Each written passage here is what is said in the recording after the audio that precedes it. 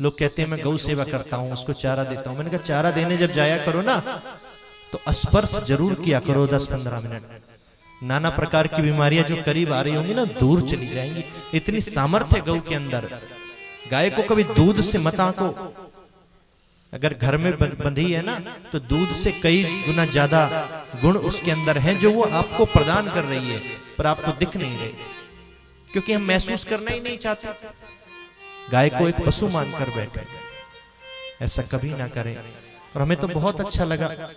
कल मैंने भैया नरेश जी बैठे हैं, बाली साहब, पूछा कि आपकी जो समिति है क्या करती है, इसके बारे में बताओ, मैं व्याख्या करूंगा व्यासपीठ से।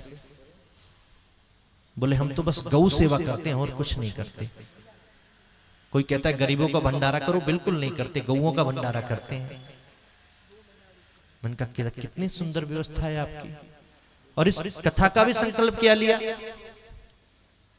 कि इस कथा से जो भी व्यवस्था होगी, गुरुदेव की जो इच्छा थी आपके मानसरोवर धाम की इतनी भव्य गौशाला बने कि दूर दूर से लोग देखने आए और ऐसी सेवा हो। सेवा तो गुरुजी की कृपा से अब भी बहुत अच्छी हो रही है, पर आप लोगों का सहयोग मिलने के बाद इतना भव्य हो जाए कि सैकड़ों गायें वहां पर रहें और ऐसा रहें कि जैसी सेवा हम अब सब अपने घर में करते हैं ऐसी सेवा गौओं की वहां करें। आप कभी दर्शन करके आए। बहुत बहुत आभार पूरी समिति का कि आपने इस वीणा को उठाया।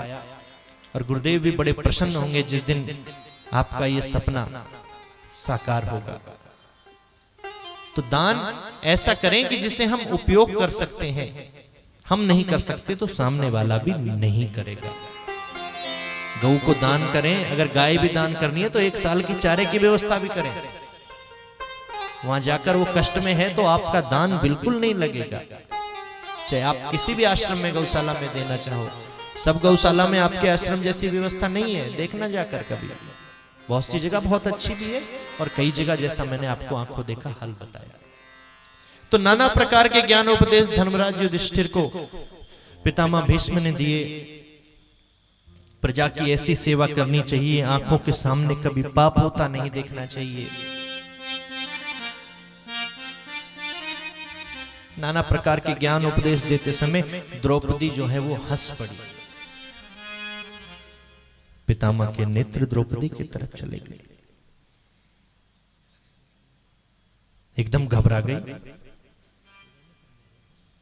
क्या बात है बेटी, तुम्हें हंसी क्यों आ गई? नहीं पितामह कोई बात नहीं है।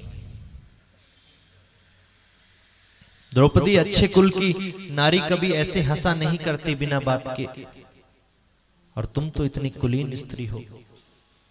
तुम्हें इस बात के कारण को बताना पड़ेगा कि तुम्हारे चेहरे पर हंसी क्यों आई। नहीं, इस शोक को लेकर मैं मरना नहीं चाहता। पितामह क्षमा करना। आप कहते हैं कि आंखों के सामने कभी पाप होते नहीं देखना, स्त्री की ऐसी रक्षा करना। उस दिन आपका ये ज्ञान उपदेश कहां चला गया था, जब भरी सभा में 5 पांडव जुए में स्वयं को हार गए थे और उन्होंने मुझे भी दांव पर लगा दिया था। अगर आपको ये न्याय करना था तो जब पांडव दास बन गए तो उनके पास ये अधिकार कहां से आया कि मुझे दांव पर लगा सकता। मैं ऐसी स्थिति में विश्राम कर रही थी कि कोई स्त्री के पास पति भी उसका बिना इजाजत के नहीं आ सकता। उस अवस्था में वो दुष्ट दुशासन खींचते हुए भरी सभा में मुझे ले आया। मैं रोती रही, पुकार करती रही, किसी ने एक ना सुनी।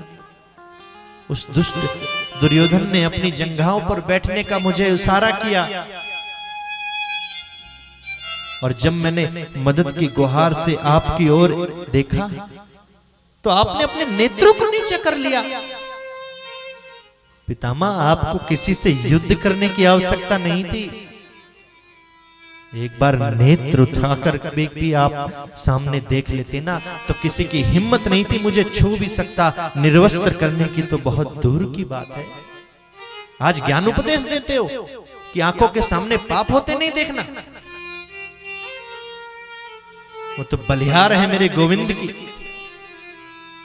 कि जो अपनी सारी मर्यादाओं को भूलकर मेरे वस्त्र में ही समा गए और सारी प्रजा देखती रही कि नारी है कि साड़ी है कि साड़ी है कि नारी, नारी बीच साड़ी है कि साड़ी बीच नारी है। और उस वस्त्र को ही इतना बड़ा कर दिया। अगर गोविंद उस दिन नहीं होते तो मेरी लाज कैसे बचती। कल कितने सुंदर भजन के रूप में आपने इसको सुना। क्षमा करना पितामह, उसी दिन से हृदय में इस टीस को लिए बैठी थी, आज आपके पास आई तो जख्म हरा हो गया, इसलिए मुझे हंसी आ गई। ये सब कहा आपके मृत्यु के समय आपके दिल दुखाने का मेरा कोई विचार नहीं था। पितामह क्षमा कर। पितामह कहने लगे, बेटी हम जैसा अन्न खाते हैं हमारी बुद्धि भी वैसी ही हो जाती है। रात को बैठे थे अपना राकेश गोयल जी के साथ, उन्होंने बहुत अच्छी बात बताई कि पिता जैसा कार्य करता है, जिस तरीके से वो धन अर्जित करता है, अगर वो रास्ता 2 नंबर का है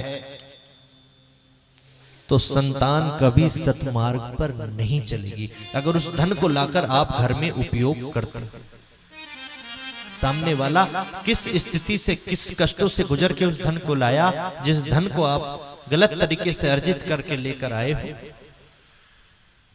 तो आपकी संतान कभी सुखी नहीं रह सकती और वो भी कभी मेहनत करके नहीं कमाएगी कि उसने देख लिया मेरे पिता इस तरीके से कमाते हैं तो मुझे भी ऐसा ही कमाना चाहिए। तो मैंने दुर्योधन का दूषित अन्न खाया था और जैसा खाओगे अन्न वैसा होगा मन। दूषित अन्न खाने की वजह से मेरी बुद्धि भी दूषित हो गई थी। चाहता तो जिस दिन अर्जुन ने बाणों की सैया पर लिटाया था उस दिन ही अपनी देह को त्याग देता। समझ में आ रही है कथा? आज नॉन स्टॉप कथा इसलिए ये कि कल हमें भी आनंद नहीं आया, आपको नहीं आया तो हमें भी नहीं आया। मैंने कहा सारी व्यवस्थाओं को रोक दो, क्योंकि मुख्य तो कथा है, झांकी संगीत ये सब तो कथा के सहायक है, पर मुख्य तो कथा है, सत्संग। तो आज इतने दिनों से इस बाणों की सैया पर इसलिए लेटा हूं कि मेरे शरीर का एक एक बूंद करके सारा रक्त निकल गया है। दुर्योधन के दूषित अन्न से जितना भी खून था, जितना भी रक्त था, सारा निकल गया और आज मेरी ये बुद्धि जो है वो शुद्ध हो गई।